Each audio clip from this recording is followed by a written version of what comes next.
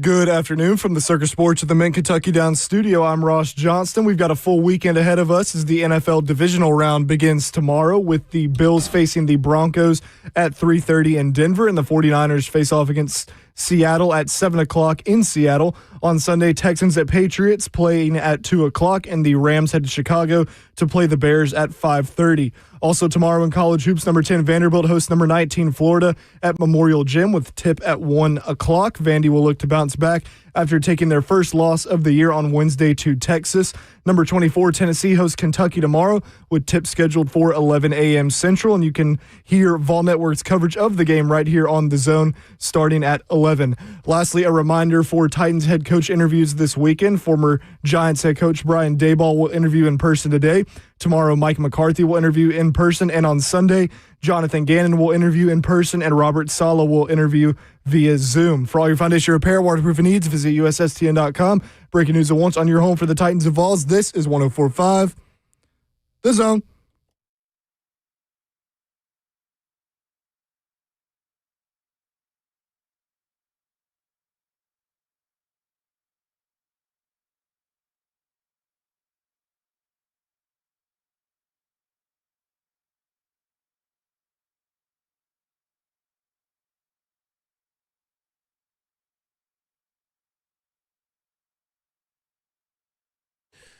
Cover 2 with Blaine Bishop and Zach Lyons here on 104.5 The Zone, powered by All Four Seasons Garage Doors. 615-737-1045 is the number.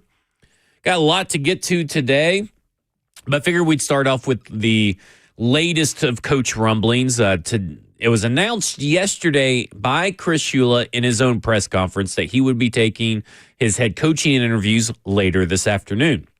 This morning, Albert Breer puts out that he will be those head coaching interviews, which, by the way, are up to 3-hour virtual interviews. So 3 hours apiece for each virtual interview with the Steelers, the Ravens, and the Dolphins. So 9 hours. So that could be up to 9 hours. And then don't forget, they're traveling today because their playoff game is on Sunday. So they're traveling today. And so he's got traveling and 9 hours, up to 9 hours total of interviews. So I'm not saying that technically he has turned down the Titans or the Titans have rescinded their request. It could just be a scheduling conflict. But it's not trending in a good direction that Chris Shula and the Tennessee Titans are at least going to have a virtual interview before what has been reported round 2 starts on Monday. Because round 2 is when you can start doing in-person interviews with all the employed coaches. And he is an employed coach, obviously, by the Rams defensive coordinator. In the big scheme of things, I don't know if it's really that big of a deal because maybe he just views the Pittsburgh Steelers and the Baltimore Ravens as just better jobs. And maybe he's doing the Miami thing because he is interested, but also because a little bit of history there with his grandfather, Don Shula. So maybe there's a little bit of that too. But I do find it a little, this is where the NFL, the way they do their scheduling, and coaches have the preference of whether or not they win and how they want to take their virtual meetings, kind of causes all this kind of, feels like a little last minute, if you ask me. Would you do a virtual interview on the plane if you or him? I would do it anywhere, to be honest. Right. Well, definitely on the plane. Because that's kind of idle time. He's probably not doing any game planning, kind of relaxing and just sitting there now. Wonder if the head coach is sitting right next to you or the owner. Well, that may be a good thing, right? Maybe they can lean over and say, hey, you should hire this guy. This is the guy. That could help because they already know you're going to be interviewing for these anyway. Yeah. Oh, yeah. So, I mean, I don't know. I would do it on the plane. I don't know. It's just, I'm very torn on it because obviously I really was hoping just to gain more insight into what Chris Shula could bring to the Tennessee Titans. Whether he actually got hired or not is totally different animal. Right. Well, I don't know if we would ever know what he would gain. Right. I guess we wouldn't know. But also, kind of take us through the process. Did the Titans inquire to get an interview, or did he reach out to them, or there was never this one, unlike Cliff Kingsbury, everybody has reported that he was requested an interview by the Titans. With Cliff Kingsbury, it was like half and half. The insiders, there's half of the insiders never mentioned Cliff Kingsbury officially being requested, and half the insiders did mention Cliff Kingsbury. So did we interview Cliff? No, we have not. Right. But I know Chris Shula from All Insiders has been officially requested. So that lets me know that it feels like he was officially given a request. Oh, so basically you're saying, without saying it, that he is denied the Tennessee Titans. That's theoretically okay. Logically, that's what it's looking like, because we don't know if he's going to maybe just go ahead into the second round of interviews. Because there's really nothing that says that you have to interview virtually before you interview in person. But from a Titans perspective, they have to. No, well, they don't technically have to. I meant more so you have to have this first interview for introduction. They can't go into the second interview because you want to start narrowing it down when you get to the second interviews, like guys who are seriously in contention. It could be 4 guys, but at the same time, if you hadn't done a virtual or anything with this guy, then he's not on the table. But you could also still do a virtual. You don't have to not do a virtual. You get what I'm saying? Like, they can still narrow down their list. Okay, but how do I then narrow my list? But you already have 3 to 4 names likely, because this is what. No, I know we do. Yeah, but how is he on the list? He can't be on the list. But you can also have a third round of interviews. So there is an allowance for a third round of interviews. But it's very rare, what I'm saying. I don't even know if it's ever happened. Right. Would you interview a coach that you never got to interview and he gets to go to the third round? I mean, I don't really view it as like the NFL views it as rounds, right? That's how they set it up. But yeah, the NFL views it as rounds. I view it as this would be my first round for Chris Shula, and then I would do another round with Chris Shula before I did anything. But he hasn't accepted or denied or anything with the right. I mean, I'm saying you were asking me, would I still interview someone, and I would still interview if I was hot on him. I would still allow, and his schedule did not allow for whatever reason. His schedule did not allow, but he wanted to interview with you. No, I'm asking you in light of the Titans, not you. We know you would interview him because you would have wanted him.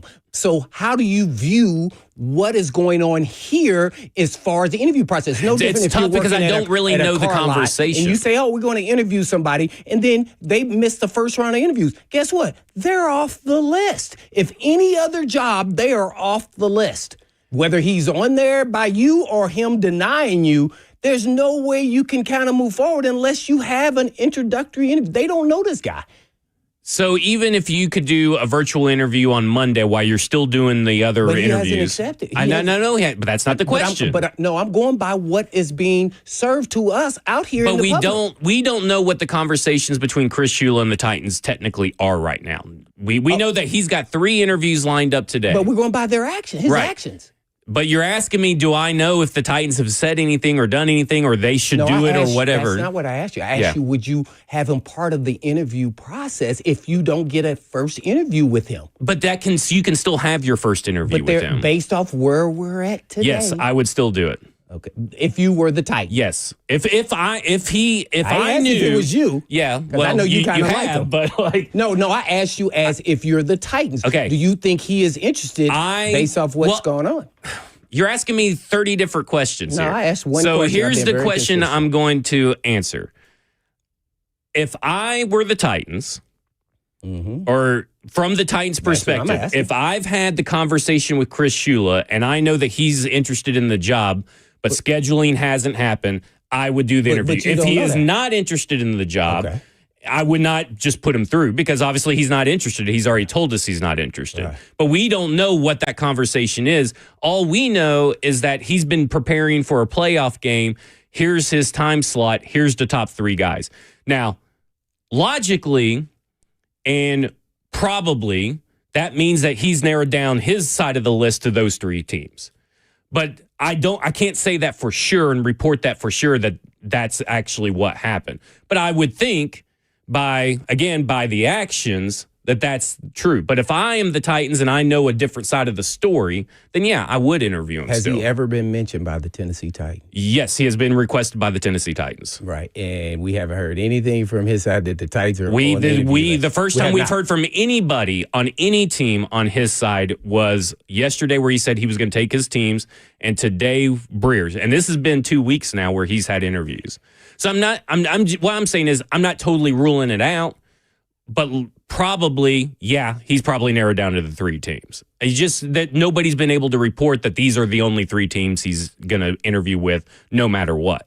Yeah, that's what I'm getting to is, to me, if you're the Titans, then you must move forward. If there have been no inaction, and if he's put we don't know list, if there's not been any action behind the scenes. Yeah, but we don't know a lot of things about a whole bunch of stuff, and we still speculate. Yeah, that's what I'm saying. So I speculate that he's probably down to his 3. Yeah. But like I said, if I'm the Titans and I've had other conversations that we're all not privy to, then yeah, I sure would give him another interview if he's still interested in the job. Hey, man, when you're the Titans or any organization and a coach puts you 4th on their list and then you're not being mentioned, bye-bye, birdie. He doesn't want to be here. Obviously, he doesn't even want to he doesn't even want to meet us. I mean, that's true. He could change your mind about what you think about this organization or ownership group. So, I just would keep it moving, to be honest. I'm not like living out hope. There's a whole bunch of good coaches out here. I mean, there are good coaches, no doubt. So, and maybe that's what they're going to do. I mean, we must not forget, when we're talking about billionaires, they have huge egos. So that's what I'm talking about now. Yeah. They're sitting there going, he didn't want to interview with us? We put out a request. Imagine you being a billionaire, and then you put a request to interview a coach, and you haven't heard hair nor hide. Not to say that that's true or not, but we haven't seen any traction. We moving on. Yeah. We moving on. There's no way. I like Shula. I think he could be a good fit, but maybe he doesn't. Yeah, I mean, again, we can only go off, he has 9 hours today, travel. These are the teams that he's doing at least today. All right, I'm going to ask you another question. You may not know this answer. Yeah. Did those teams request the interview with him before the Titans? Nobody. I believe the Titans were the first one to do it. Oh, that even makes it worse. Which I would agree. But I would also say that the Pittsburgh Steelers and Baltimore Ravens are better things. And to be honest, I'm trying to look at it from the perspective of just that we just don't know really what the conversations are had. But I would agree the evidence presented to us is definitely signaling that he's got his top 3, everybody else bye-bye. But I just, until it's officially reported, that's where I'm kind of leaning at. Is like, maybe I'm just holding out little hope. There's something about a guy who's proven be a head coach like Harbaugh that can deny maybe some interviews. Remember, Ben Johnson did it to 2 teams. Right, and who never had. Right. And one of them was midair. Right, so I was like, and then there's someone other than a guy who's never been. And so that means he knows he's coveted. Yeah. And really, we're discussing this, and it really doesn't matter because we all know Matt Nagy's going to be the hire. I'm not sure about that. I know. I just like to really just poke the bear with the Matt Nagy stuff. Everybody's. I don't know, man. I'm liking the Sala McDaniels. You're not getting McDaniel with Sala. I know. That's what sucks. Because really, now here's the deal with that. Why do you say that? Here's the deal. If the Lions and the Tampa Bay Buccaneers hire someone else to be their offensive coordinator while the Tennessee Titans are still doing their head coaching interviews. Going there. Let's hope. If they hire an offensive coordinator, then you have a good shot at getting Robert Saleh. But there's also conversations of going on in Atlanta with their general manager hire that may say Robert Saleh may be going to Atlanta. Let's go to the phones real quick. Gary, he's going to Atlanta. Gary, you're on with Blaine and Zach. Yes, sir. Good afternoon, gentlemen. Just had an idea about what Blaine was talking about. You can't make it from the second round if you don't go into the first round. Well, hypothetically speaking, if Harbaugh or Tomlin were still on the table, I'd move them to the second or third round right off the bat. They wouldn't even have to come in the building. Yeah, but those guys are Yeah. proven head coaches that are bona fide that are coveted. This would be a first-time head coach. That's where I was just talking about. There's a little bit of difference there where you can get by the first interview than to the second interview. Say that, Well, I understand 18, that, but I mean, 19. and I'm not a Shula fan by no means, but I was just thinking that I could see that there would be instances where you could push them to Oh, the absolutely. second round. Yeah, all right. That's all I was wanting to talk about. But I was still looking at it from the Titans' perspective. Okay, how do you do that? Like in an interview process. All right. The second round, this guy's never been. Can you hang up that? He's still there. Oh, okay. No, I said hang him up. He's Oh, done. sorry. Yeah. I thought Gerald was still talking. There's something about prioritizing. Once you prioritize, we're not, it's only 32 opportunities. And then in this year, it's only 8. So to be a head coach. So I just feel like if you're uncomfortable and don't want to be part of our process, just like you're going to interview for a job, you didn't put out, hey, I'm hearing that you'll be a good candidate. Put your name in. And you never put your name in the hat. Nah, I can't do it. They've done a good job, too, of being ahead of the 8 ball. Like, first team to fire somebody, I know it was midseason, obviously, but, like, it gets you – they've been ahead of the 8 ball so far as it seems, and they've cast a wide net. Like, I feel like there They could did their job. There could be a high reward with Shula potentially, but it's a high risk as well if you would have to, like, just move him into the second group and try to, force him in there over somebody that may want your job a little more than he does. I don't know, right? So it's one of those – do they really need to do it right now? As good of a coach as he could be, I don't know. I'm not saying you can't push him a second. It's just said now I'm gonna play this game of you're not prioritizing us. I will put you at the bottom of the list too, and we're gonna go through our second interview process, and you're gonna be a bottom, and then by then you'll probably have another job. There you go. All right, we got a lot of phone calls coming in. We also got Jordan Dajani at 120 as well. This is Cover 2 with Blaine Bishop, Zach Lyons here on 104.5 The Zone.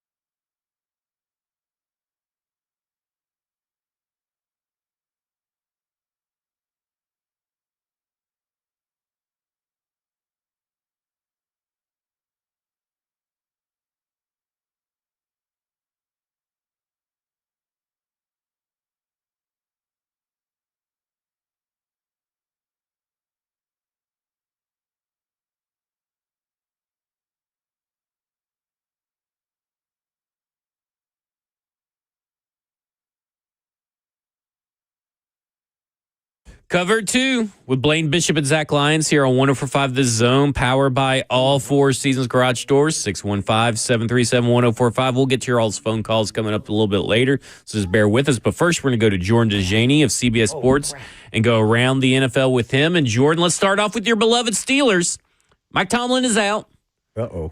Talk about what you know about the whole situation with him stepping down. Talk about also who you think is going to be the next head coach. Yeah, what's going on, guys? Thanks for having me on the show. Yeah, so this was obviously one of the biggest stories of the week, and to be honest with you, it wasn't too surprising. It seemed like there was a lot of smoke around this for the past few months, if not for the past year, to be quite honest with you. And Mike Tomlin hasn't really touched on the subject just yet as to why he made this decision. I'm sure he will in the future. So that leaves us to kind of speculate about why he made this decision right now. And I got two guesses for you guys. One is that he's kind of had the same season like 5 years in a row now, right? The Steelers have been riding the quarterback carousel, winning 9 or 10 games, and then getting blown out in the playoffs. I bet Mike Tomlin is pretty drained after 19 years of doing this. He's had an incredible run, and he knows he can make some good money sitting at a desk and talking about football one day a week. So I bet that's incredibly attractive and so much less stressful as well. Now, here's where I'm going to recklessly speculate just a little bit, but I wonder if Mike Tomlin felt a little bit underappreciated, having to hear the Fire Tomlin chants this year. He's always fielded a competitive team. He never had a losing season, but obviously couldn't get over the hump in the playoffs, and that became very apparent recently. But, you know, he just became the first head coach, I think, in NFL history to lose 5 straight playoff games by double digits. But his Steelers were never, quote-unquote, bad, and I think he deserves some credit for that. And I've always told you guys that Mike Tomlin, he's viewed very differently nationally compared to how he's viewed in Pittsburgh. There's a lot of people in Pittsburgh that were celebrating Mike Tomlin stepping down, and they're fully ready to embrace the beginning of a new era. But here's where it gets really interesting. Who could potentially replace Mike Tomlin in Pittsburgh? We haven't seen a lot of coaching searches when it comes to the Steelers, but the last 3 Steelers head coaching hires were all defensive coordinators in their 30s with 0 head coaching experience, and there's only 2 people that check that box. Chris Shula of the Rams and Kelvin Shepard with the Lions. Interesting. I like Kelvin Shepard. We've talked a little bit about Kelvin Shepard with our college football expert that here was SEC and said that he was a hot name for that LSU job. So that's I don't know. That's one to keep an eye on for Steelers fans there. Oh. So John Harbaugh still hasn't officially signed his contract with the New York Giants. Were you at all surprised that he ended up there at all? No, definitely not surprised. I think we always talked about the Giants being one of the most attractive destinations for this coaching carousel, and also that they were the favorite to land John Harbaugh. I think a lot of the source of debate came down to, will John Harbaugh kind of go on this tour? Will he be visiting with the Titans? Will he be visiting with the Falcons? And part of me leaned towards yes, because this is going to be probably the last time John Harbaugh goes through this process in terms of choosing a destination where he's going to be a head coach. And I thought that he was going to be very diligent through that process and really look at all of his different options, even if the Giants were always deemed as the favorite. But the Giants' mission, on the other hand, was to make sure he never, quote unquote, left the building. And that's why they were able to get a deal done. I think the whole process behind this has been really fascinating, because NFL media reported last night that they had an agreement basically around 5 or 6 o'clock. They went out and had a nice dinner and didn't inform the Titans until 6 hours later that don't bother coming up, and the Giants are going to get a deal done. But here's the interesting part is that, of course, no official agreement has been met just yet. I'm not trying to say that all of a sudden John Harbaugh is going to be a free agent once again, but they're haggling over language, according to ESPN, that's going to be involved in the coaching contract. A lot of people, though, are going to speculate that who is the general manager going to be? Is it going to be Joe Shane, or is he going to be fired and John Harbaugh is going to bring in his own guy? So that's the one part of this that I'm keeping an eye on. All right. With that being said, obviously we got a lot of head coaching openings going on right now, some GM openings as well. How attractive is the Steelers job compared to the rest of the jobs in the NFL?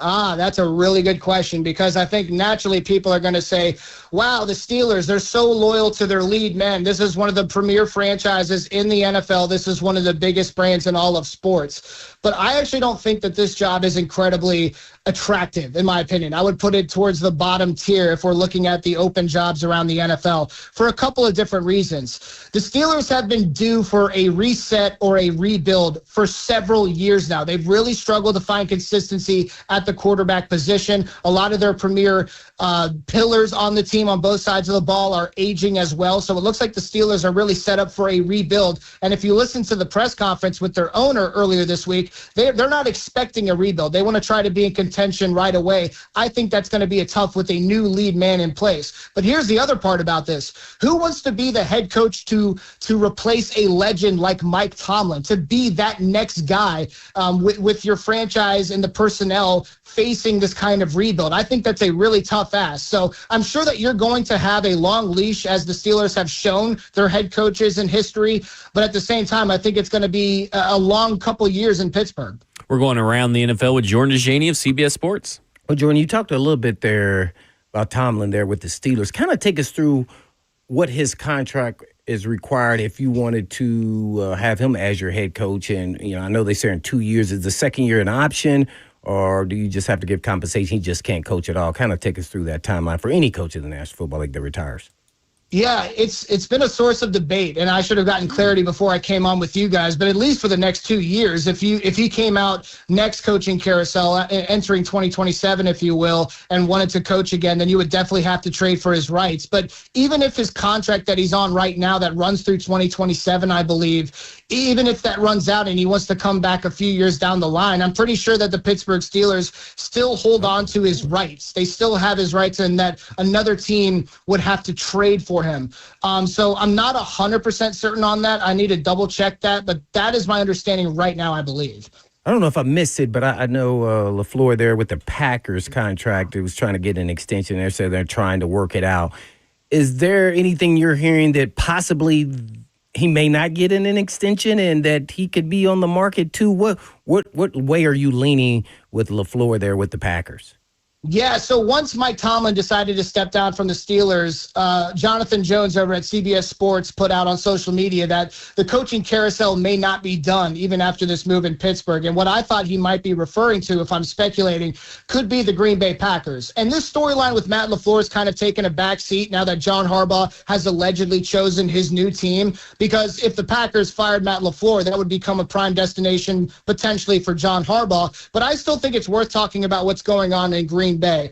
It came out after that dramatic loss to the Chicago Bears that the Packers were going to try to work out on a contract extension with Matt LaFleur. What I'm trying to find understanding with this situation is how long, or what exactly does the time frame look like for that? Should we start worrying about what happens if they're not able to get on the same page and all of a sudden the Packers decide to part ways with Matt LaFleur? I really do wonder if that is still in the cards, and if Matt LaFleur could find himself with a franchise, I don't know, such as the Miami Dolphins. Are the Packers a candidate to enter this coaching carousel late in the process? I don't know how likely that is, but it's certainly a situation I'm watching. Well, one we're watching is Chris Shula. We actually know the name Shula, of course, in the National Football League there with his grandfather, but he's not part of this first wave of interviews with the Titans. Kind of take us through. The Titans put in requests. Did he just not respond, or he just kind of got a criteria of the top three candidates and timing just kind of has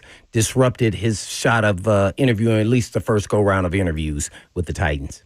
Yeah, so first thing I'll tell you is I hate this entire NFL interviewing process. I think it's ridiculous that these coordinators are trying to win Super Bowls with their teams, but they have to devote attention to really important 3-hour-long virtual interviews. I think it's absolutely ridiculous. I mean, imagine if we did this with players, like if Sam Darnold had to take free agency interviews while he's in the playoffs. I think it's absolutely ridiculous. But in regards to Chris Shula, we don't know what kind of communications he's had with the franchise like the Tennessee Titans, but if we don't see them popping up on the virtual interview sheet, if you will, right now, then you have to wonder if that's kind of a bad sign for Tennessee. Of course, I'm not saying that as a fact, but if they're not the finalists for him interviewing in terms of the first round, how likely is it that he's going to be introduced to the interview process in the second round with Tennessee?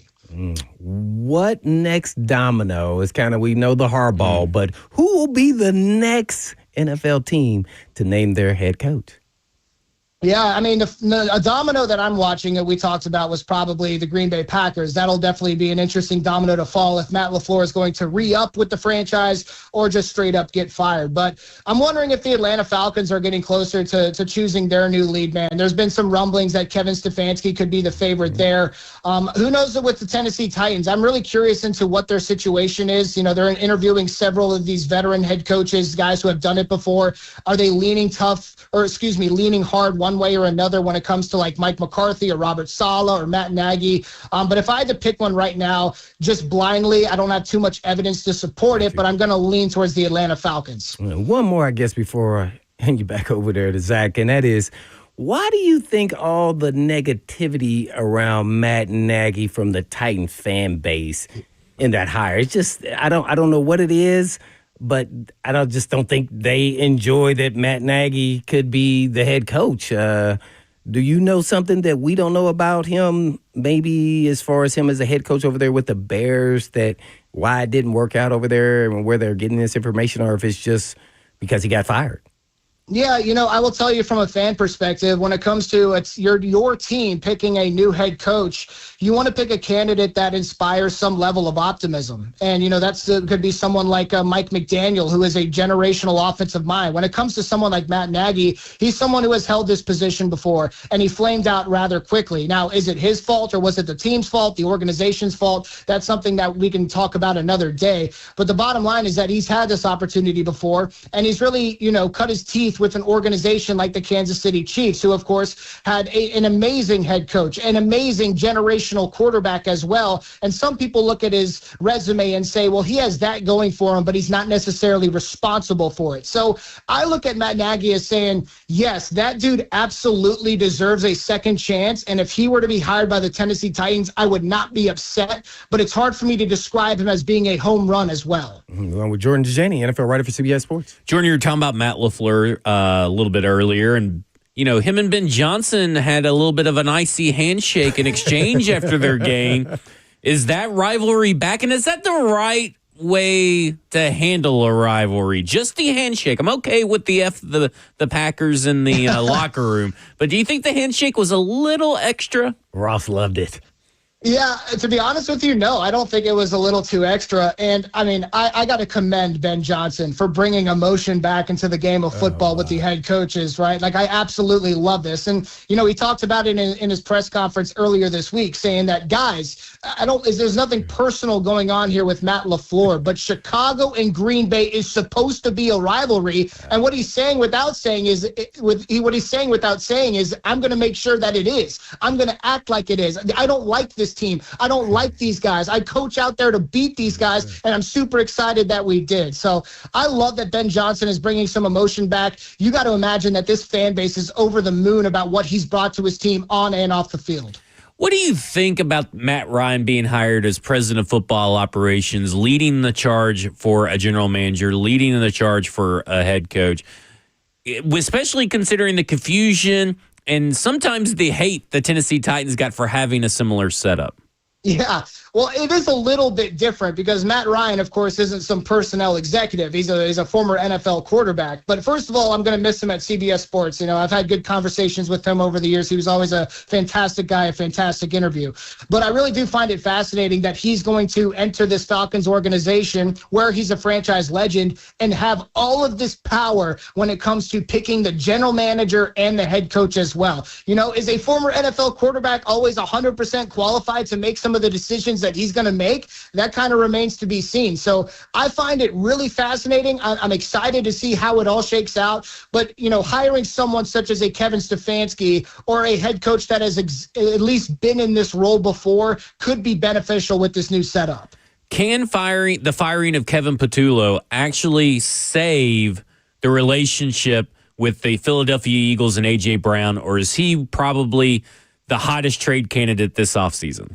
So I don't think he's even a trade candidate, to be honest with you, just with how the contract works out. Even if it was a post-June 1 trade, the Eagles are still taking on, I don't know, with $43 million in dead cap split over 2 seasons, I believe. I don't have it in front of me, but I did an article on this earlier in the week looking at A.J. Brown as, what his landing spots could potentially be. I still think that him being traded this offseason is rather unlikely, just given the contract situation. But on top of that, he's a really good wide receiver, and the Eagles are not in the business of trading away top-tier talent. But here's the thing. When it comes to firing Kevin Patullo, the offensive coordinator in Philly, I think this was a good move, because if they can bring in someone like a Cliff Kingsbury or like a Mike McDaniel, I think it's going to automatically put the Eagles back on that Super Bowl track. We know that Philly has some of the top-tier talent around the NFL on both sides of the ball, and we know Nick Sirianni is not in the business of calling plays. So if they can land an elite offensive coordinator prospect, that Eagles team can be right back in the Super Bowl, no doubt about it. When it comes down to Dante Moore going back to college, were you surprised by that decision? And how do you think that affects the top of the draft for not only just the entire NFL, but also the Tennessee Titans?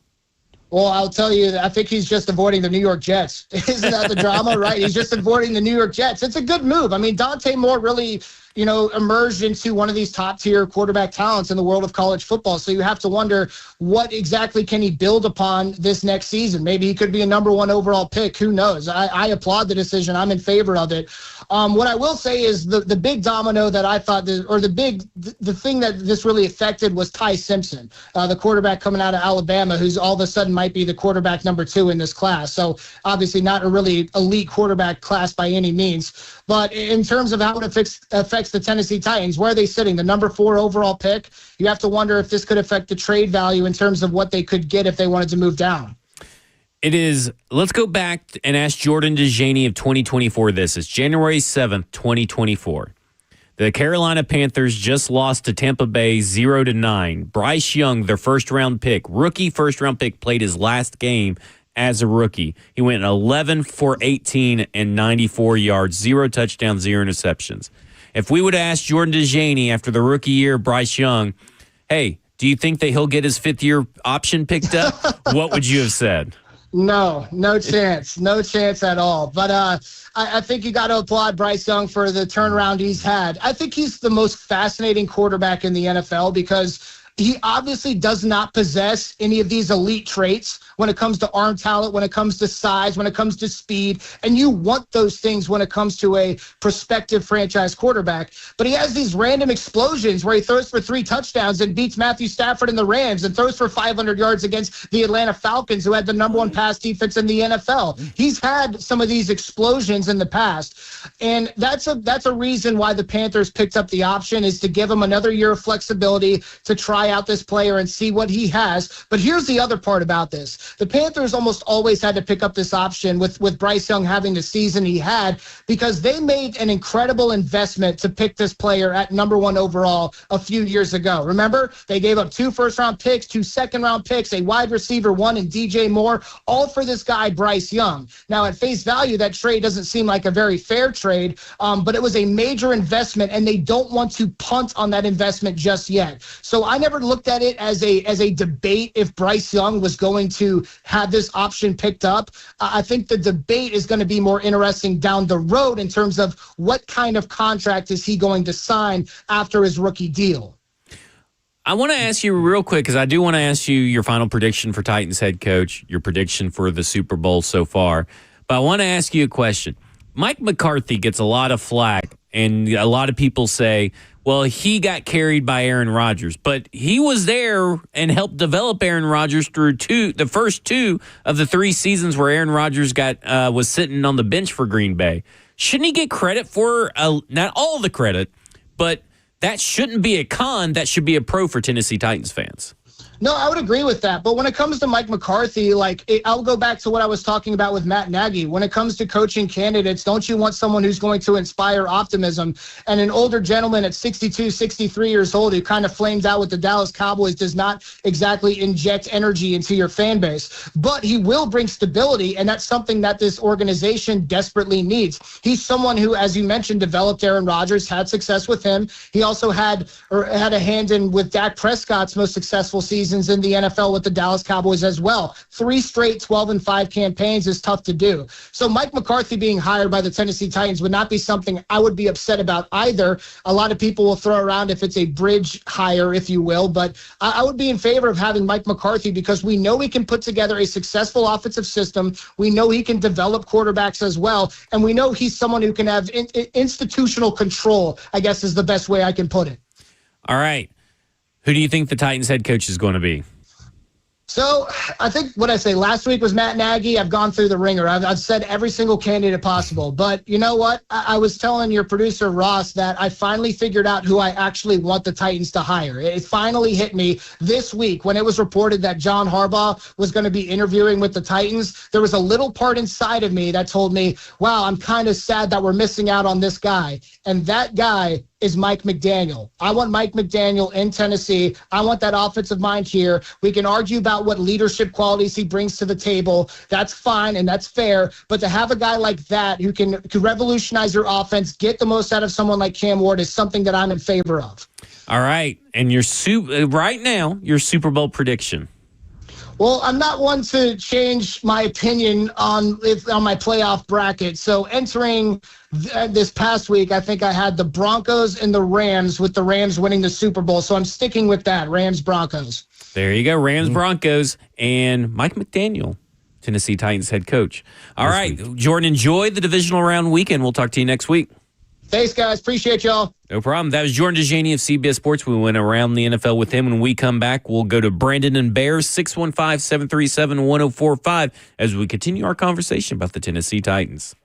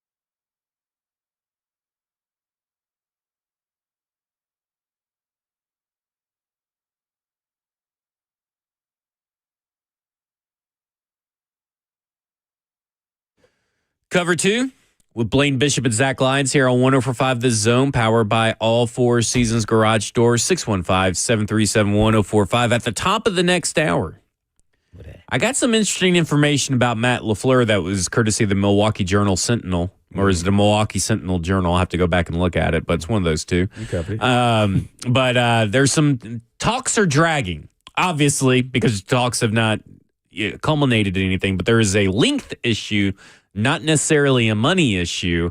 And Albert Breer put out a mailbag today and threw out an idea of a team trading for him, and we'll tell you what that team is at the top of the hour. But first, we got to go to these phone calls. Let's go to Brandon. Brandon, you're on with Blaine and Zach. Hey, guys. How are you? Doing good. How are you? Hey, what's going on? I'm doing all right. Hey, Blaine, you may know a little bit more about this, but I don't think the dominoes have fully fallen like Jordan was just talking about, how the LaFleur could possibly be something that could fall. But there's also another team that could also be in that nobody's really talking about, and that is the Buffalo Bills. Sean McDermott's contract is up in 2027, and they have kind of fallen stale a little bit over the years. I mean, they're still in the playoffs, don't get me wrong, but I still think that maybe because of the mediocrity of not actually getting to the Super Bowl and actually winning the Super Bowl. Because if you think back to the day, like, he's one of the most high-tenured coaches in the league right now. And at the time, Jeff Fisher was the most tenured coach at the time. You know, the chips fell where they fell with the whole Vince Young saga. But some teams are not going to be like, let's hang on to it. They want to get to a Super Bowl. Every team does.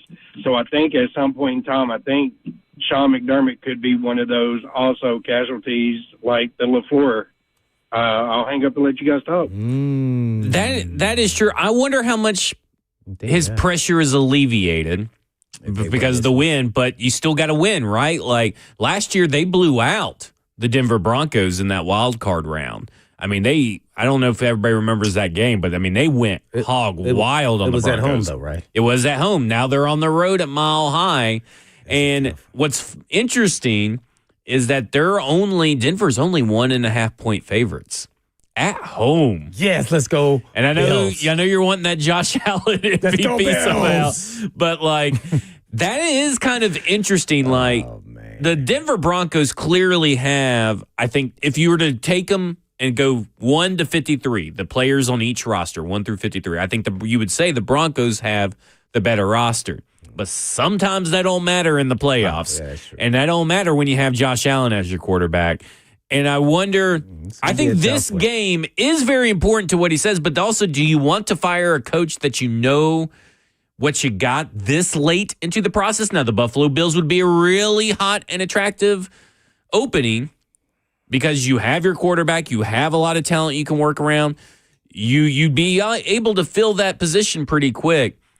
But let me tell you something. If you don't want Sean McDermott as your Tennessee Titans head coach, if for some reason he becomes truly available, you're crazy. I just can't wrap my head around it. I can't believe the Bills. I mean, man. I would be a little surprised. I wonder what the media is saying. Does he have to win this game to save his job? We'll do some research during this because we're going to be talking about Matt LaFleur. Why don't we not talk about Sean McDermott coming up? Oh, man, that's a tough one there, man. I don't know. I know you give it mediocrity, but, man, this is a tough pill here in Denver.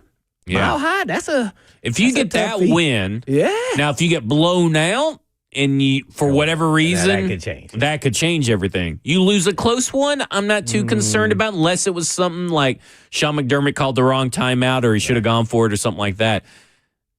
But if you win it, I mean, his job's safe no matter what. I don't care what happens. He may be asking for an extension. Yeah, he may be asking for an extension. I think the league is kind of changing a little bit there. Quicker trigger now, man. Yeah, that is true. That is true. Let's go to Bear in Springfield. Bear, you're on with Blaine and Zach. The Bear. Good man, Professor. Yeah, man. I just want to take a quick victory lap because I heard Jordan say my boy name, and let me say it right for Zach. Mike McDaniel, generational offensive man. Man, that's what I'm talking about. That's who we need to get. I mean, look, that's my favorite guy right now. But I wouldn't be mad at McDermott either. I mean, say he's a leader.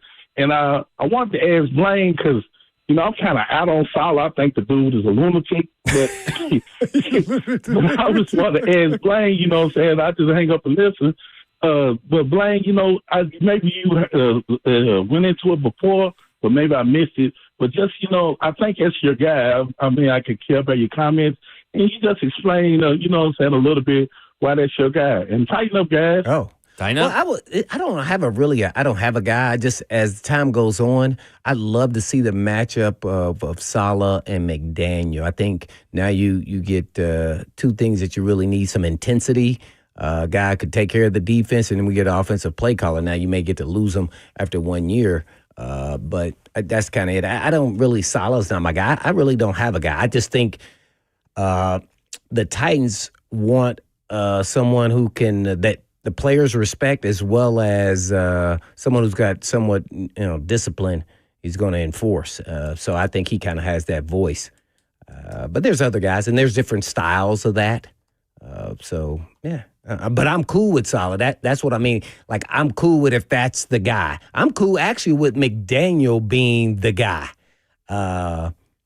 But, he got out of here for some other interviews. So, yeah, I listened to this one video, and I'm going to send it to Ross maybe over the break. And it was McDaniel explaining his time with then I think it was the Redskins. Now it's the Commanders. With him and all the guys on the staff there, McVay, Shanahan, all those guys, right? And they were talking about the year that they drafted RG3. I know what video you're talking about, yeah. Yeah, and I listened to it, and man, was it so insightful, and that's exactly what I felt like the Titans need, at least as far as offensively is. He said they had to cater their offense to RG3. They had never coached a player that could do the things he's done, and they hadn't called plays, adjusting their scheme. And so he talked about how they adjust their scheme to his play skills and play set so they could accentuate really what he can do to in a game. And they had never done it. So he said we learned then how to utilize his tools with the strengths of other players on the offense. And that just resonates with me because I feel like a lot of coaches are missing that piece. And it's a piece because they have a system and they say, I'm going to run my system. Well, to make players, not unless you get all the perfect players to fit your system, there's never going to be a perfect player that you get for every position on your team to fit your system. So you have to cater to their strengths. And that's what he was talking about. And man, I really love hearing that because I've been in meeting rooms where they don't do that. I've seen the Titans' previous coach not do that. So I'm thinking, okay, well, that guy understands what you have to do, each and every week, let alone game plan against a team that you're playing and that what you can beat them at with the players you have. So he gets the whole ball of wax. He said it was the first time. He said he's glad that happened to him as a young coach. I think he may have been a quality control coach at that time. Yeah, I don't think he was wide receivers coach I don't yet. think he was. So he was like, I learned so much through that whole process and then how that just ignited him in his coaching realm as far as, getting deeper and running deeper into schemes and systems and what players fit certain styles. I loved it. And so I would probably even be probably hiring him as the head coach, which that was never a thought. I wouldn't say he's the guy or Salah's the guy. I just think, Salah right now is kind of, intense and probably I think they need a little bit of that. McDaniel's kind of a laid-back personality, different style, still accomplishes the same thing. Mm-hmm. So certain players can resonate with one person's personality, and then other players, especially defensive players, with that high energy, high level, intensity type coach. So I think the Titans know the locker room better than I do. I have no idea what is really needed in there. I can only base it off of what the players say. But sometimes, you ask for what you want, and sometimes when you get it, you may not like it. Yep. Okay. I want to build on that because I do think there was another part of that video that was also interesting about that as well. But we'll talk about that. We'll get to Stryker. We'll talk about Matt LaFleur. And then what else was I supposed to look up at? Sean McDermott for something. Do you remember what it was? Contract coming up next year? No, I don't think that was it. Crap. We're going to have to go back and listen to it. All right. This is Cover 2 with Blaine Bishop and Zach Lyons here on 104.5 The Zone.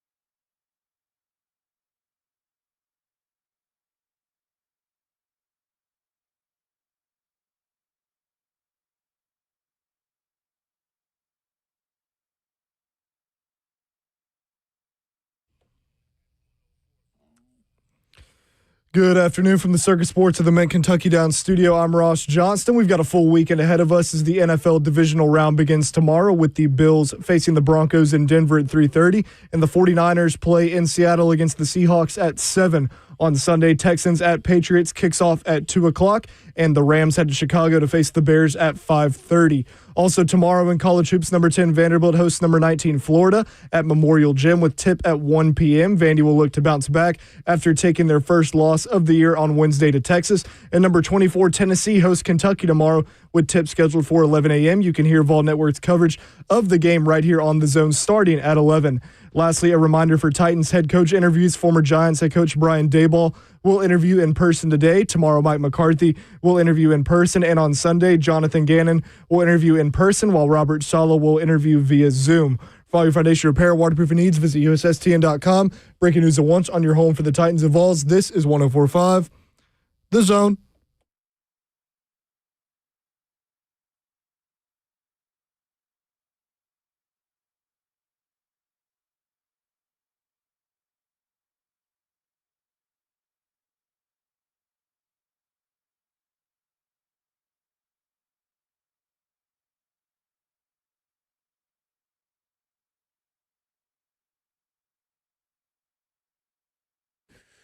Cover 2 with Blaine Bishop and Zach Lyons here on 104.5 The Zone, powered by All Four Seasons Garage Doors. 615-737-1045 is the number.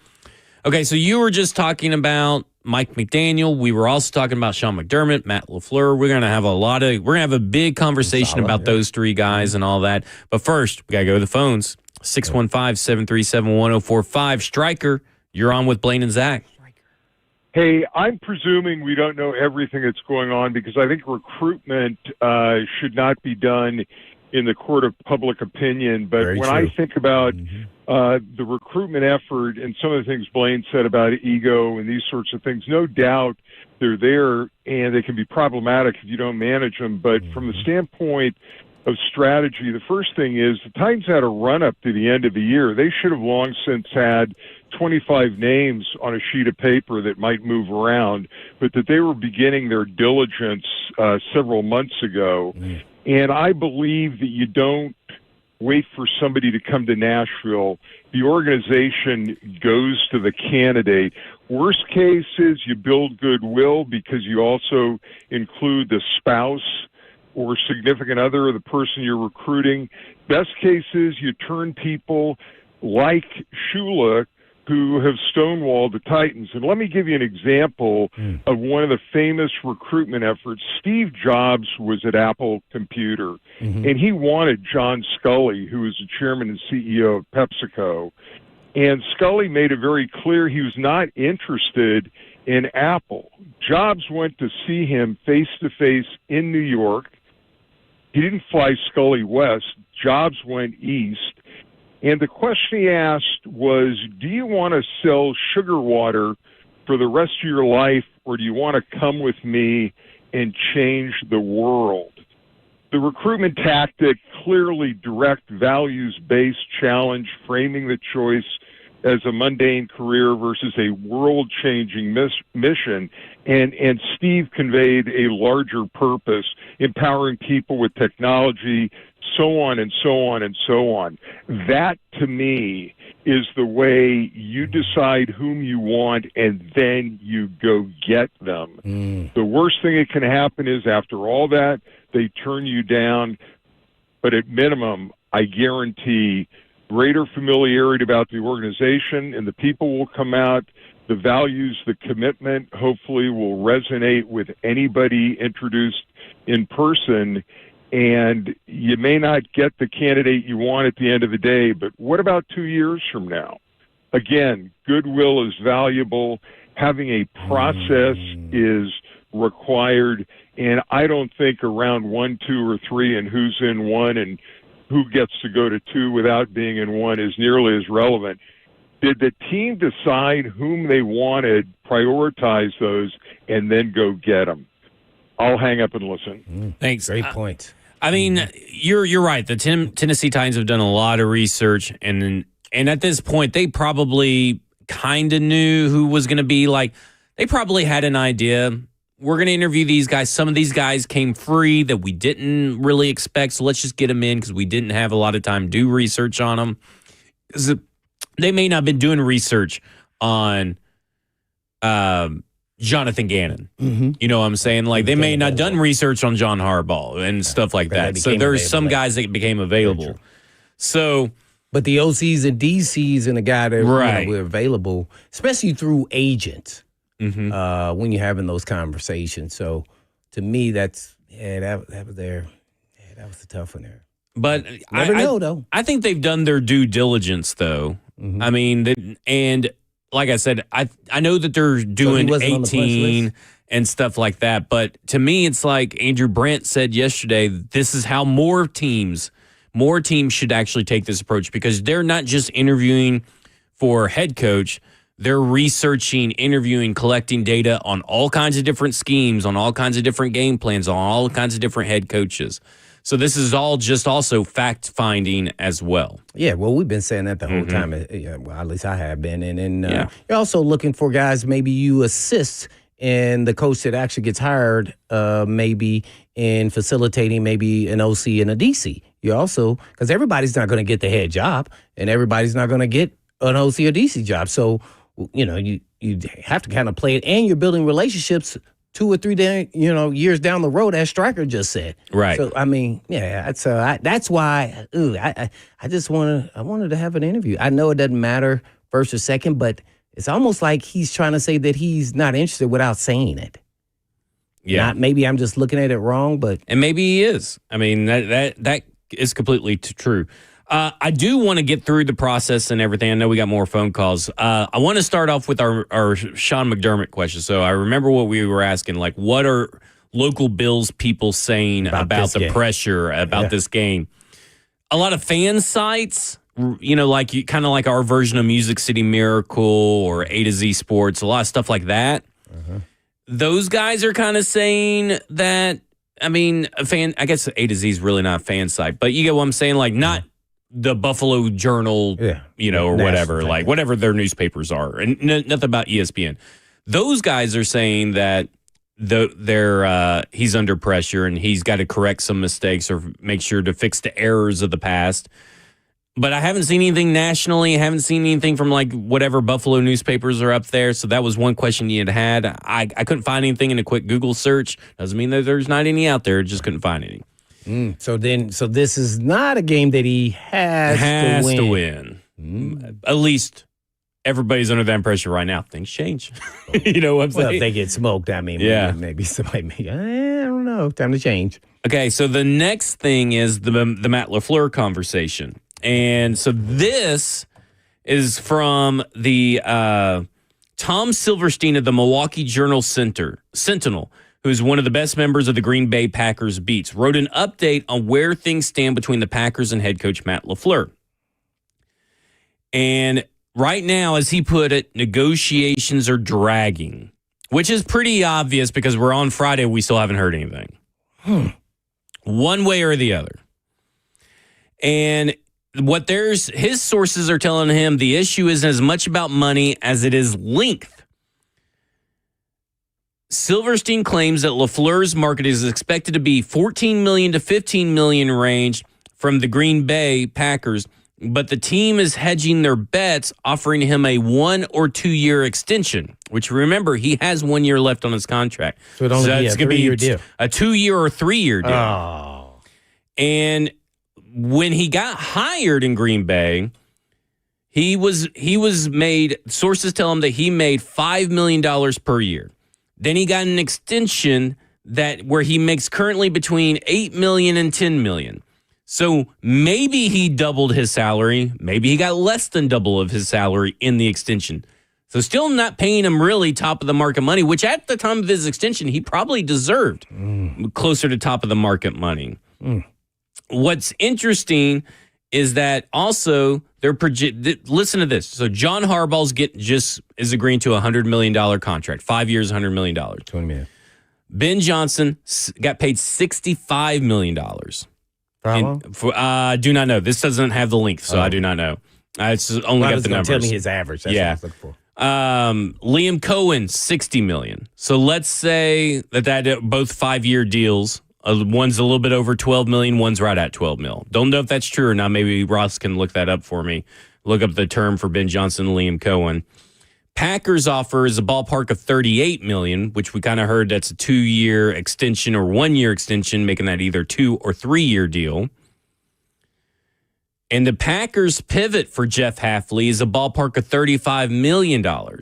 Well, now, when you say that, what are you referencing? They've offered the DC? That is what the sources are kind of saying, is that they've batted around the idea of a $35 million contract for Jeff Hafley. Not necessarily as anything's been offered, but I guess someone has leaked private conversations in the war room, I guess you would say. So is this as the DC or the head coach? As the head coach. Uh-oh. Okay, so real quick, Liam Cohen, Ben Johnson. Okay. Yeah, so what I'm seeing for Ben Johnson is 5 years, $65 million, so 13 annually, and then Liam Cohen, 5 years, $60 million, which is 12 annually. So right around that ballpark is what they're getting. There you go. So he should. Oh, if I would have scrolled down on that same article, they had all that. So you would think he could get. Do you think he could get a little more than that? Absolutely. I'm sure he's. He should. Those guys are first time coach. So per Silverstein, the Green Bay. So per Silverstein, Green Bay stayed out of the Harbaugh sweepstakes even through back channels. So they didn't even back channel anything with John Harbaugh. Yeah, I don't think that was going to be a fit. But there's a belief that the team could pivot to hiring defensive coordinator Jeff Hafley to the head coach role at a rate of $7 million per season on a 5-year contract. So there's the belief that they could do that there at Green Bay. So someone's leaked something from the little war room discussions. Well, how would you approach that if you know this and see this if you're Matt LaFleur? I mean, I would be pretty pissed. You're going to give this dude a 5-year, $35 million, and I know I'm getting paid more, but you're going to give him more job security? And I think that's what the hang-up is for, right? Wouldn't you think if the hang-up is term, it's because you know that they would pivot to Jeff Hafley? And if you're... They're basically telling you, bye. And if you're the Atlanta Falcons, where Matt Ryan has a pretty strong relationship with Matt LaFleur, as Matt LaFleur was his quarterback's coach in 2015 and that 2016 Super Bowl run, and you know you got a GM spot a little bit open, don't know who you'd hire, and even if that really matters. But if you're the Falcons and it took a top 60 pick, because you don't have a first-round pick, to get Matt LaFleur, wouldn't you do it? I would do it, and that's what Albert Breer floated out there. Albert Breer floated out in the mailbag today that it would take likely a top 60 pick to get Matt LaFleur. And we're keep in mind the Falcons don't have a first-round pick. And if you're the Tennessee Titans, I know you're not in the business of giving away draft picks. We know they love those draft picks. I don't know. In this draft, if I gave up the second-round pick, I don't know if I would really be against that. Would you? I wouldn't trade my first overall pick. But would you trade the second overall or the second round pick of the Tennessee Titans for Matt LaFleur? Because that's likely what it will cost. Well, I asked you the question, how would you approach this if you're Matt LaFleur? I didn't think about trades. I'm thinking about how he can get out of his contract. Oh, I would be demanding money and all that. I don't know if he can get out of it. That can't get you out of your contract. What can get you out is say, hey, I want to fire. So he say, no, we're not firing. Well, then you got to fire me. Yeah. That'd be the only way you could get out of it because he's got 1 year left. Right. I would demand a trade and find me a trade partner or something. Well, that would be the second step, but I would want to see if how far I could go with that first. That way, the team teams that I'm targeting have the carte blanche to get me as a free agent. That way they don't have to give up compensation. Obviously, you don't value my compensation because you would pay me what is fair value. I wonder what Ed Policy, who has the best name in executive football, would do in this situation. One over this, right? Yeah, right. So my question becomes, you already kind of were lukewarm about extending him anyway. Would you let him go? Or would you make him play the whole thing of the contract from the Ed Policy side? And then what does Matt LaFleur do in response to that? But what's your first step as Ed Policy if he says, well, I'm only going to sign a deal if you give me a 5-year total deal of security, guaranteed money, Same money that you're offering me, but I need some extra years. What's your next step in response as Ed Policy? Is it to play hardball with them and see what his response is, or what do you do in that situation? Yeah, well, that's what I'm asking. Yeah, that's the whole point. Matt LaFleur, I know what I would do with Matt LaFleur. If I'm him, I'm playing hardball. But what am I doing if I'm Ed Policy and I'd already kind of signaled to everybody I was a little lukewarm on him and the general manager by not going ahead and giving him extensions and telling everybody publicly, we'll see how this season goes. Well, they kept saying the word try. Yeah. I don't mean this is going to happen. Right. Totally different than the Harbaugh situation. Oh, it's 100% different. So, this one here is a tough one, man. If that rumor, first of all, I would ask him if that rumor was true about the defensive coordinator. I would be in there saying, like, what is this? And then it made me think, okay, did they hire Hafley, and does he have control of his staff? That is a good question. I believe LaFleur and Hafley have crossed paths. I know Hafley has crossed paths with the Shanahans, but I'm not sure if LaFleur was with them yet. Oh, well, that could be the connect, but just not sure, though. But how many years has he been there? Just 2. 2. Right? Yeah. And then now all of a sudden I mean, man, that I would feel like that's what you think of me if that rumor is true through back channels. Oh, that'd be my first thing is I'm taking that. I don't know if it's an actual newspaper or if it's just a website. Right. But I'm taking that. I'm taking whatever it is, whether I printed it out or I picked it up at the gas station and slamming it on Ed Policy's desk. What's his policy on this? Yeah.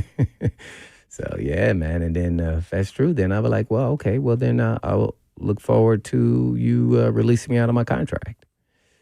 Like that's kind of where I would be. I would try to see where he's going because the more time that it get delayed, the less the openings will be for me.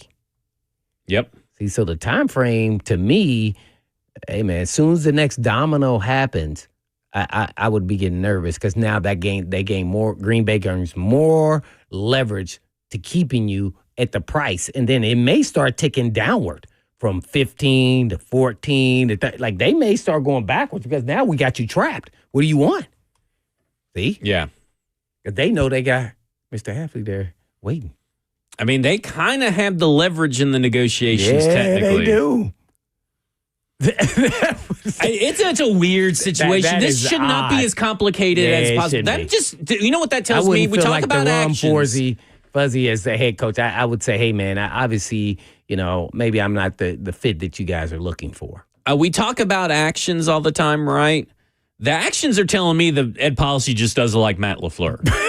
Right? I mean, isn't that kind of what it's telling you? That maybe you are onto something that Jeff Hafley is his guy. For the right price. Yeah, for the right price, he'll like him, but... man, yeah. That one there. It's kind of crazy. We'll talk more. We're going to go to Mike McDaniel, and we're also going to talk about Nick Suss of the Tennessean put out a couple of interesting questions that he kind of offhand, a.k.a., probably got from someone inside the building that they're asking themselves about all these candidates. We're going to talk about that as well. This is Cover 2 with Blaine Bishop and Zach Lyons here on 104.5 The Zone. He got it from Ross?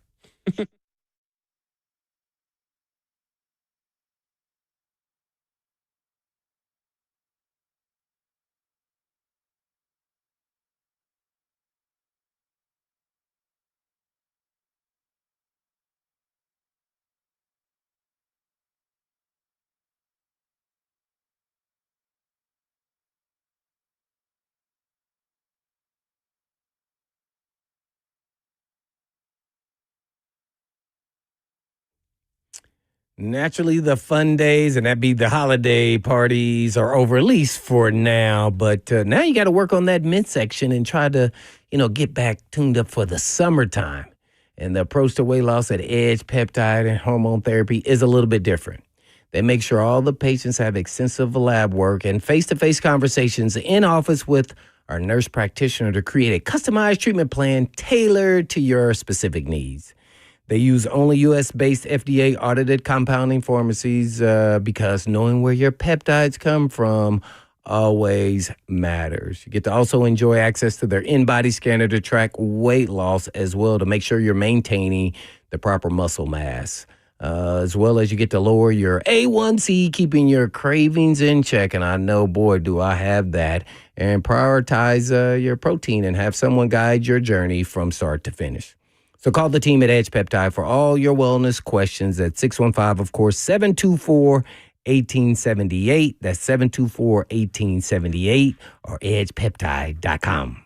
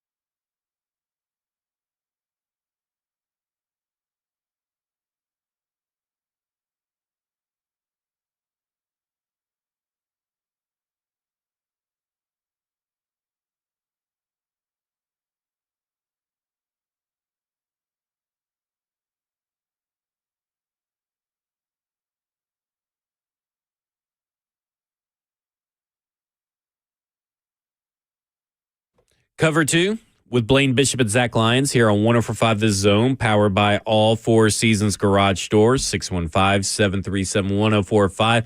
Final segment of the day.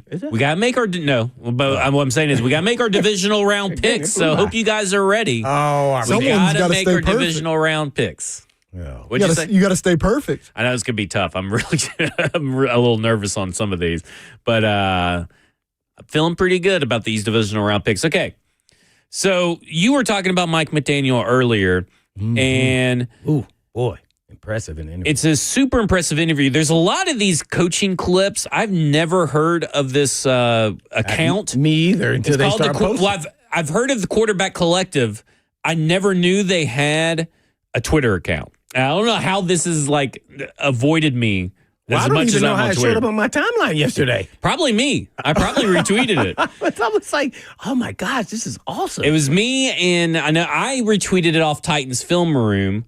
Justin Gravers does Music City Audible. I follow him too. Yeah, so you may have seen it from him. That's where I found it.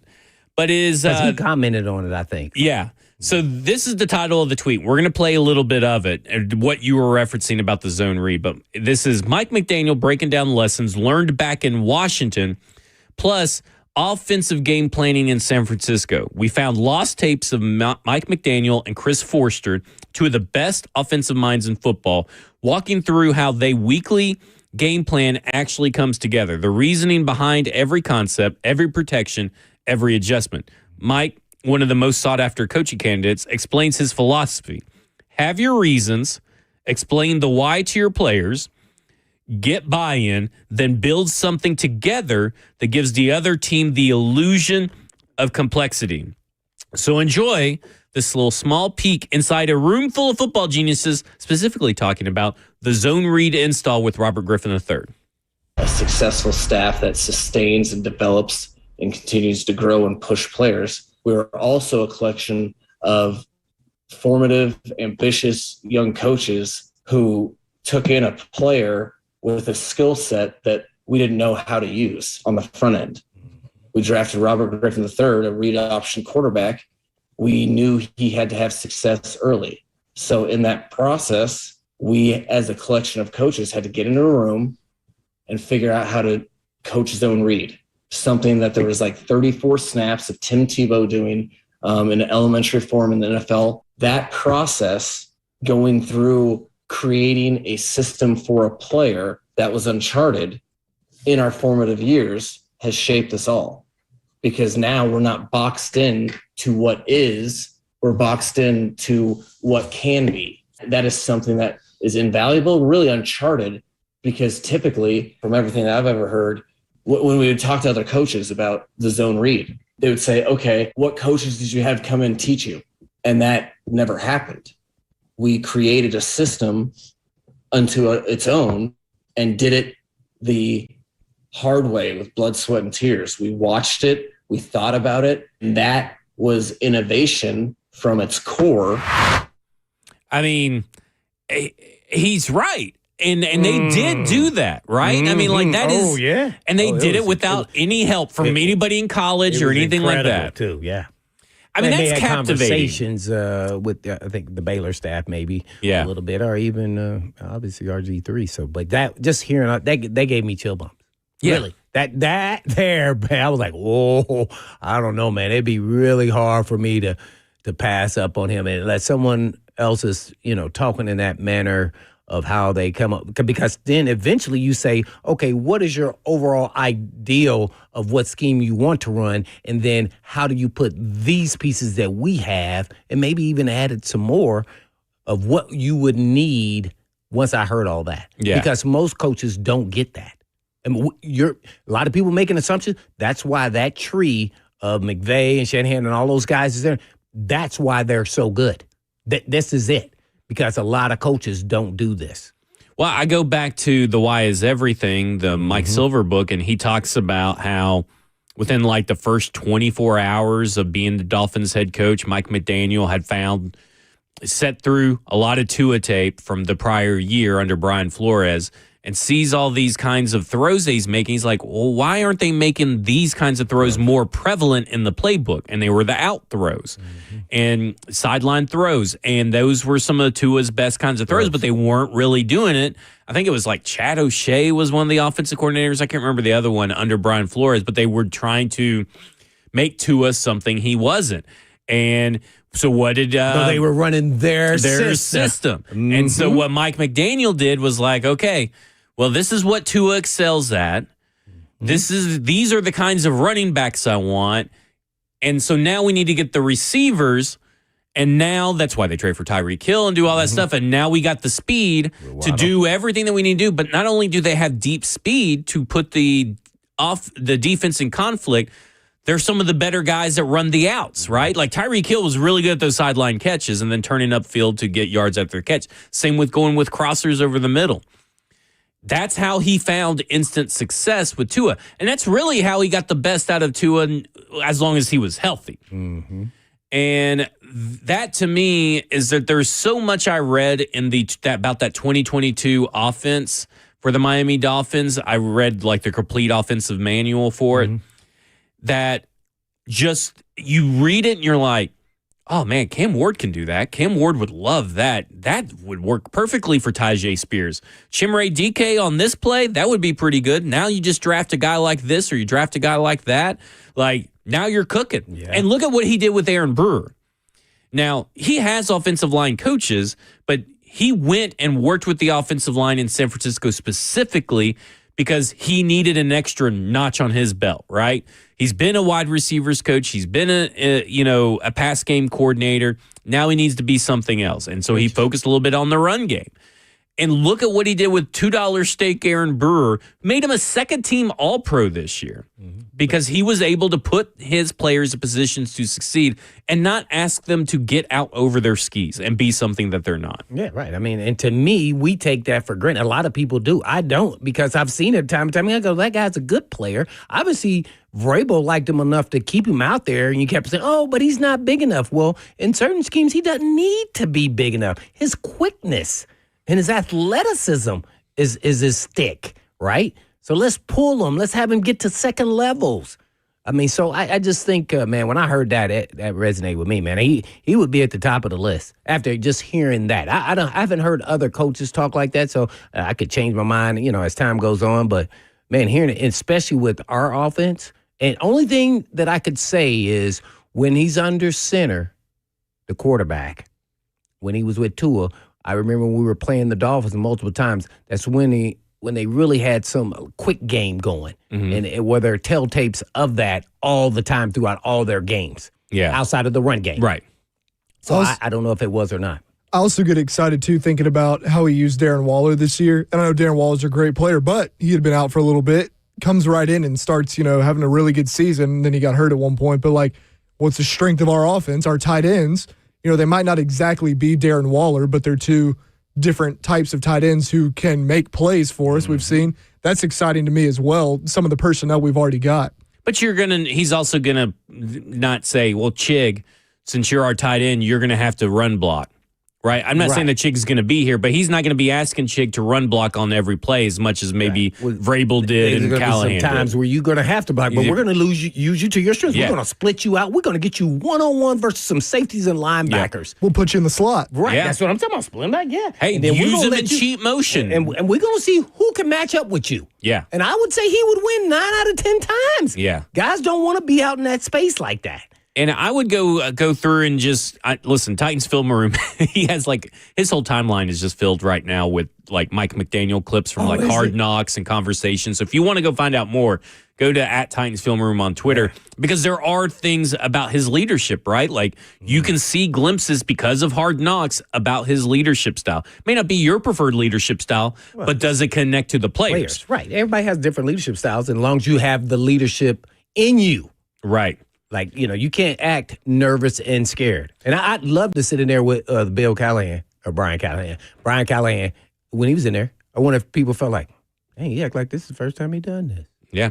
Or was it like, oh, man, this exudes leadership, authoritative. You could understand where he's trying to get to, knew when to raise his voice, when not to.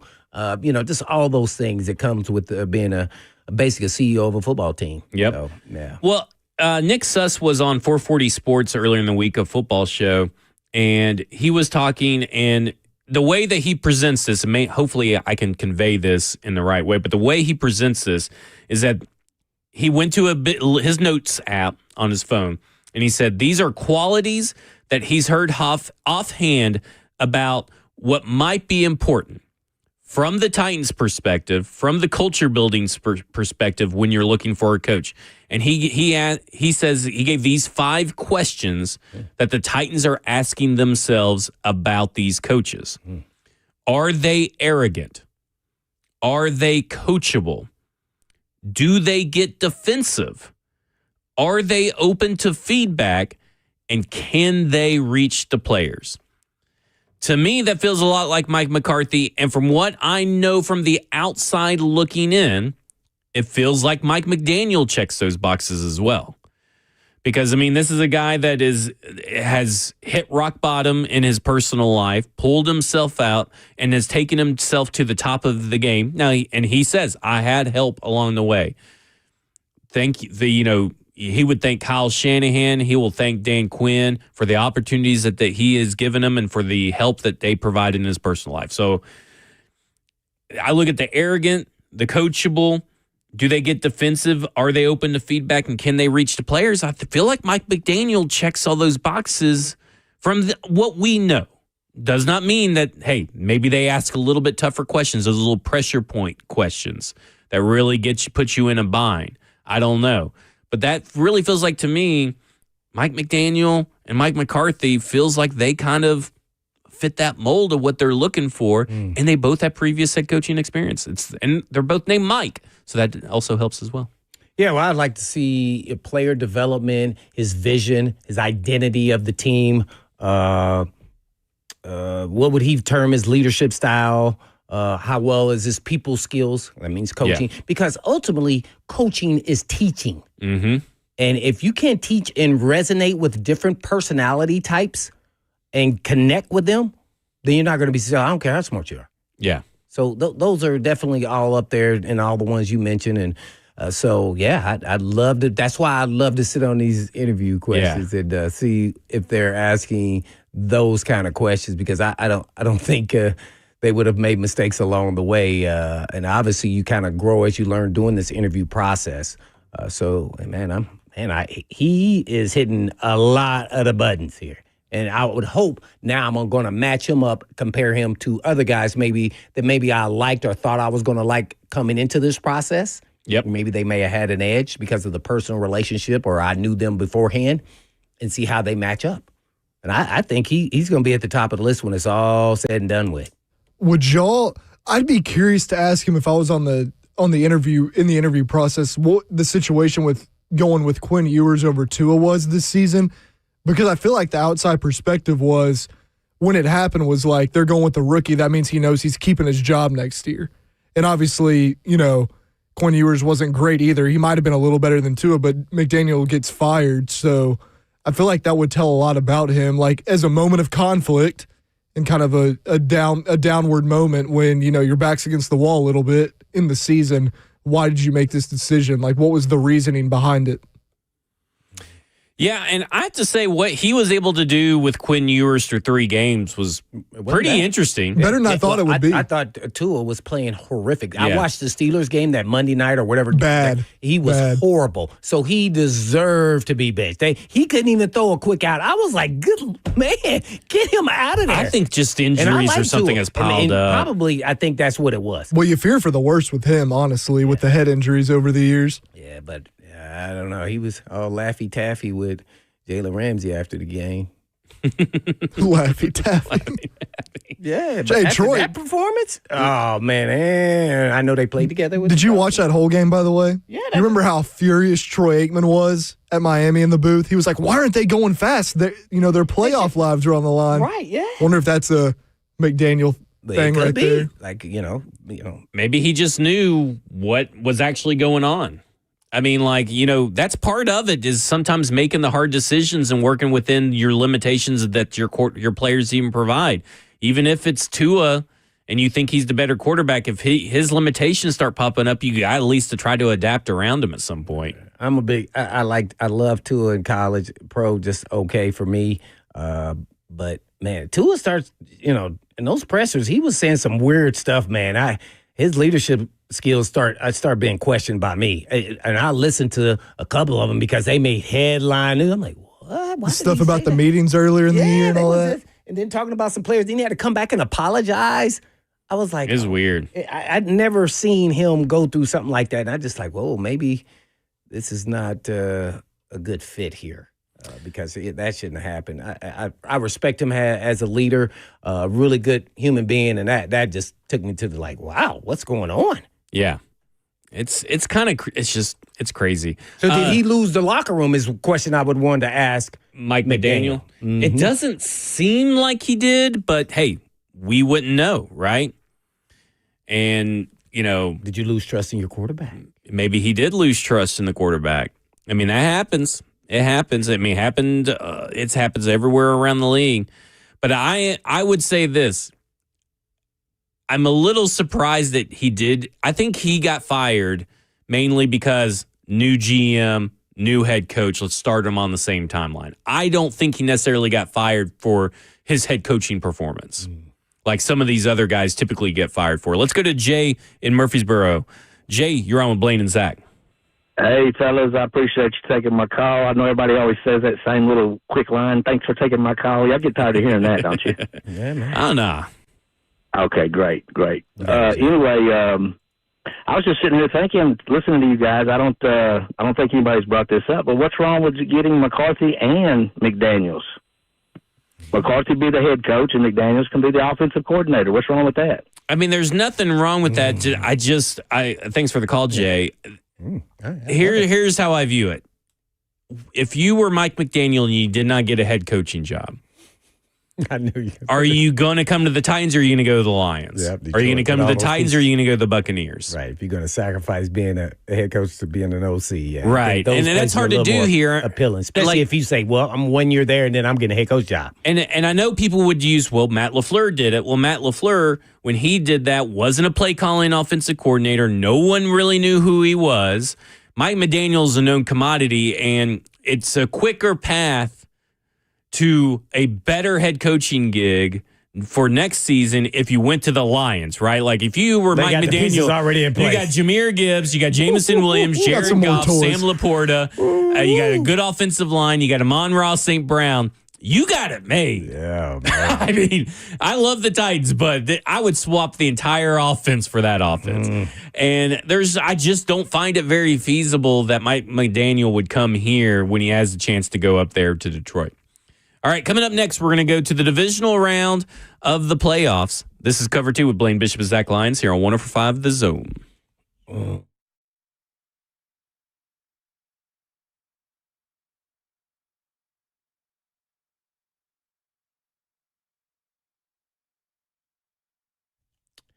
It was once said, do all the good you can, by all means you can, in all ways you can, in all places you can, at all the times you can, to all the people you can, as long as you ever can, Ross. That's what owner Aaron Stokes has tried to do over a quarter century. Hi, folks. This is Blaine Bishop, naturally for Eurofix. And Eurofix repairs European vehicles at below dealer pricing. But what sets Eurofix apart isn't just the price. It's the deep commitment to quality that keeps you off the tow truck. And Eurofix has clean, welcoming shops where you can actually sit down and relax and maybe even work on the computer. Plus a free 15-minute no-wrench inspection to share with you what's going on. And at Eurofix, you get a 3-year, 36,000-mile nationwide warranty on all the repair work that is performed. And rental cars are available with all appointments. 5 locations in Nashville, naturally, Franklin, Murfreesboro, Belmead, and Mount Juliet, and more to come. And all you have to do is just give them a call at 844-EUROFIX. That's right, 844-EUROFIX, or online at myEurofix.com. That's myEurofix.com.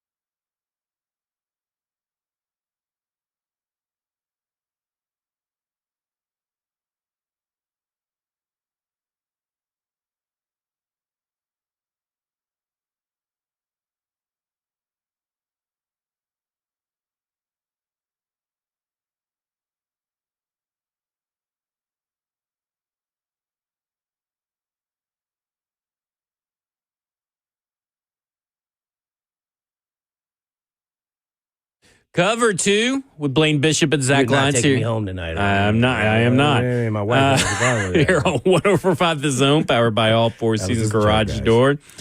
Just some news, not breaking news. Brian Callahan is also interviewed for the Los Angeles Chargers offensive coordinator position. OC. So that's his second one? That's his second one. His agent told Jeremy Fowler that he had a very successful interview at the Tampa Bay Buccaneers. Okay. Nico Collins has been ruled out of the game of the Texans versus Patriots, and that changes everything for my bets. Oh, man. And what is his injury? I saw him, buddy. Concussion.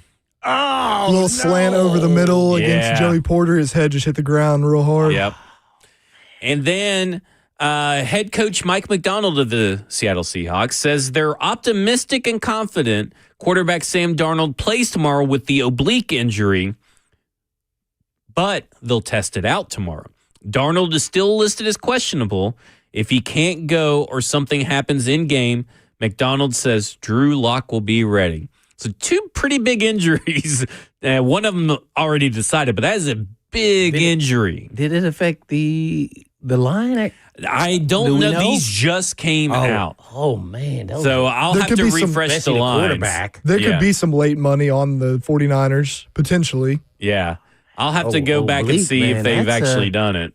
That's one of those things you just throw it and you just feel it. They had a bye week, right? No. The Seahawks did, yes. So he got injured in practice yesterday. Oh, man. I don't know, man. Stay off the quarterback. Man, I don't know, though. That's part of your whole power structure of a thrower. Like, man, this is... Seattle's still favored by 7. If it flares up, it could impact them. For real. I mean, if it just stays calm, and you just don't know if that can happen because you're stretching and torquing your body. That rotation. Yes, and that thing... Yeah. And he can throw the football now, too. Oh, I know. He got some arm talent now. So, that could take some power off of those throws potentially. If it just stays under control, I think he'd be okay. But, man, that's hard to say that's going to happen in a game.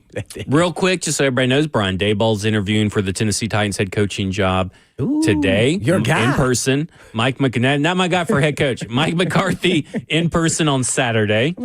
Jonathan Gannon in person on Sunday with a Robert Saleh virtual on Sunday. So that would wrap up essentially what is deemed round 1. No Chris Shula, like we talked about earlier.